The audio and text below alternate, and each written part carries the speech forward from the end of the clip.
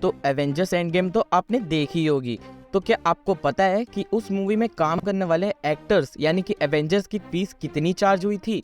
और क्या आपको पता है कि एंड गेम मूवी ने वर्ल्ड वाइड कितना बॉक्स ऑफिस कलेक्शन किया था?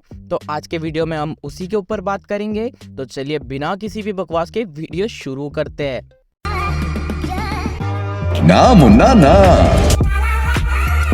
तुम तो अपने बाप का दिल तोड़ दोगे। तो सबसे पहले हम बात करें तो एवेंजर्स एंड गेम जो कि मार्वल की सबसे ज्यादा कमाने वाली मूवी है और साथ ही साथ सबसे बड़ी दुनिया की ब्लॉकबस्टर मूवी भी है। और एंड गेम की अगर world wide box office collection की बात करें तो वो डॉलर में ऑलमोस्ट 2.8 बिलियन डॉलर है। और जबकि बात करें इस मूवी के इंडियन बॉक्स ऑफिस कलेक्शन की तो वो था 62.6 मिलियन डॉलर्स। इस मूवी ने कई सारे बॉक्स ऑफिस कलेक्शंस के रिकॉर्ड भी तोड़ दिए थे, जो कि पॉसिबल हो पाया था सिर्फ और सिर्फ मूवी में दिखाए जाने वाले कैरेक्टर्स और उसके डायरेक्टर रूसो ब्रदर्स और साथ ही साथ कहीं ना कहीं हाथ स्टैनली और केविन फाइगी का भी उतना ही था। और ऐसे ही एक परफेक्ट टीम बनके इतनी बड़ी सक्सेस मार्वल को मिली थी। तो चलिए आइए देखते हैं कि कौन से कैरेक्टर को कितने डॉलर्स एंड गेम मूवी में काम करने के लिए मिले थे और वो इंडियन रुपीस में कितना कन्वर्ट होके होता है वो भी देखेंगे। और साथ ही साथ एंड गेम में उनका कौन सा मोमेंट मेमोरेबल और ओपी था। ओपी मतलब ओवर पावर। तो सबसे पहले हम थैनोस की बात करें तो इसका रोल प्ले करने वाले एक्टर का नाम है जोश ब्रोलिन, जिनको थैनोस का रोल प्ले करने के लिए 10 मिलियन डॉलर्स मिले थे, जो कि इंडियन रुपीस में 81 करोड़ एंड 96 लाख होते हैं। और थैनोस का ओपी मोमेंट था एवेंजर्स के मेन ट्रिनिटी यानी कि Thor, Iron Man and Captain America को hand to hand dangerous combat देना, जिसमें थैनोस ने हमारे मेन ट्रिनिटी को 2 मिनट के लिए धूल चटा दी थी। तो अब बात करें हम अगर सुपर हीरोज की तो सबसे पहले हम देखें तो जो मेन 6 एवेंजर्स है उनमें से पहले बात करते हैं होकाई के रोल प्ले करने वाले एक्टर की। तो होकाई के रोल प्ले करने वाले एक्टर का नाम है जेरेमी रेनर, जिनको होकाई का रोल प्ले करने के लिए सेम एज यूजुअल थेनोस की ही तरह 10 मिलियन डॉलर्स मिले थे। और होकाई का ओपी मोमेंट था सबसे पहले टाइम ट्रैवल करके टेस्ट करना। उसके बाद बात करें नंबर 5 की यानी कि हल्क या फिर ब्रूस बैनर की, तो उसको प्ले करने वाले एक्टर का नाम था मार्क रफेलो यानी कि स्पॉइलर किंग्स, जिसको हल्क का रोल प्ले करने के लिए 15 मिलियन डॉलर्स मिले थे, जो कि इंडियन रुपीस में कन्वर्ट होकर 122 करोड़ 94 लाख होते हैं। और हल्क का मेमोरेबल मोमेंट था कैसे स्नैप करके जो आधी दुनिया गायब हो गई थी उनको हिम्मत करके वापस लाना। जिसके बाद हम बात करें नंबर 4 की यानी कि कैप्टन अमेरिका की, तो कैप्टन अमेरिका का रोल प्ले करने वाले एक्टर का नाम है क्रिस एवंस, जिनको कैप्टन अमेरिका का रोल प्ले करने के लिए एज यूजुअल हल्क की तरह 15 मिलियन डॉलर ही मिले थे। और कैप्टन अमेरिका का ओपी और मेमोरेबल मोमेंट था थॉर का किसी से ना उठाई जाने वाली उसकी हैमर यानी कि म्योल्निर को उठाना और थैनोस की पूरी सेना के सामने खड़े होकर पूरी हिम्मत दिखाना।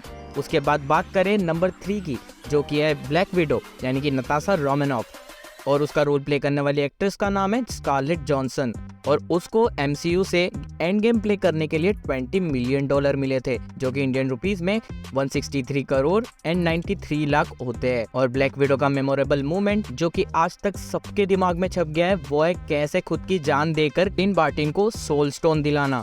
उसके बाद बात करें नंबर 2 की तो वो है थॉर, इसको प्ले किया है क्रिस हेम्सवर्थ नाम के एक्टर ने, जिनको थॉर यानी कि ओडिनसन का रोल प्ले करने के लिए 25 मिलियन डॉलर मिले थे, जो कि इंडियन रुपीस में 204 करोड़ और 91 लाख होते हैं यानी कि 204 करोड़ एंड 91 लाख। और थॉर का सबसे ओपी मोमेंट ये था कि थॉर ने सबसे पहले थेनोस को मारा था, और वो भी कोई आसानी से नहीं बल्कि सिर्फ थेनोस से बातें करते करते हुए उसका सिर धड़ से अलग कर देना। उसके बाद आते हैं हमारे नंबर 1 पर जो कि है आयरन मैन, और इनको लोग टोनी स्टार्क के नाम से भी जानते हैं। तो आयरन मैन का रोल प्ले करने वाले कैरेक्टर का नाम है आरडीजे यानी कि रॉबर्ट डाउनी जूनियर, जिनको आयरन मैन का रोल प्ले करने के लिए पूरे 75 मिलियन डॉलर्स मिले थे, और जो कि मार्वल के अभी तक के सबसे ज्यादा हाईएस्ट पेड एक्टर है।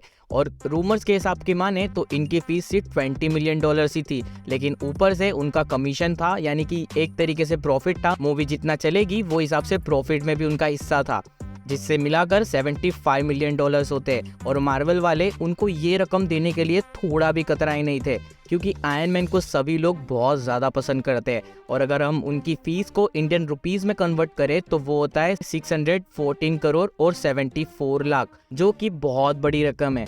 और कि आयरन मैन का सबसे ओपी और मेमोरेबल मोमेंट था कैसे पूरी दुनिया को बचाने के लिए थैनोस और उसकी पूरी सेना को गायब करने के लिए नॉर्मल ह्यूमन बीइंग होने के बाद भी सारे स्टोन को थैनोस के हाथों से चुरा कर स्नैप करके पूरी दुनिया को बचाना। लेकिन वो स्नैप करने की वजह से उसके सारे स्टोन की पावर कंट्रोल ना होते हुए आयरन मैन की वो मूवी आखिरी मूवी थी। मतलब वो मोमेंट ओपी तो था ही, लेकिन इन द सेंस वो मेमोरेबल और हार्ट टचिंग भी बन गया था, जिसकी वजह से आज भी आयरन मैन को कोई भी नहीं भूला है। और कभी भी उनके रोल के लिए कोई भी मार्वल ऑडियंस कभी भी एक्टर आरडीजे के लिए एक्सेप्ट नहीं करेगी। और उसी पर से उनका डायलॉग भी फेमस हुआ है, वी लव यू 3000। तो ये थे भाई मार्वल के एक्टर को मिली गई एंड गेम के लिए फीस। अगर वीडियो अच्छी लगी हो तो एक लाइक कर देना और ऐसे ही वीडियोस के लिए चैनल को सब्सक्राइब भी कर सकते हो। मिलते हैं अगली वीडियो में जल्दी, तब तक के लिए देखते रहिए एमजे वर्स।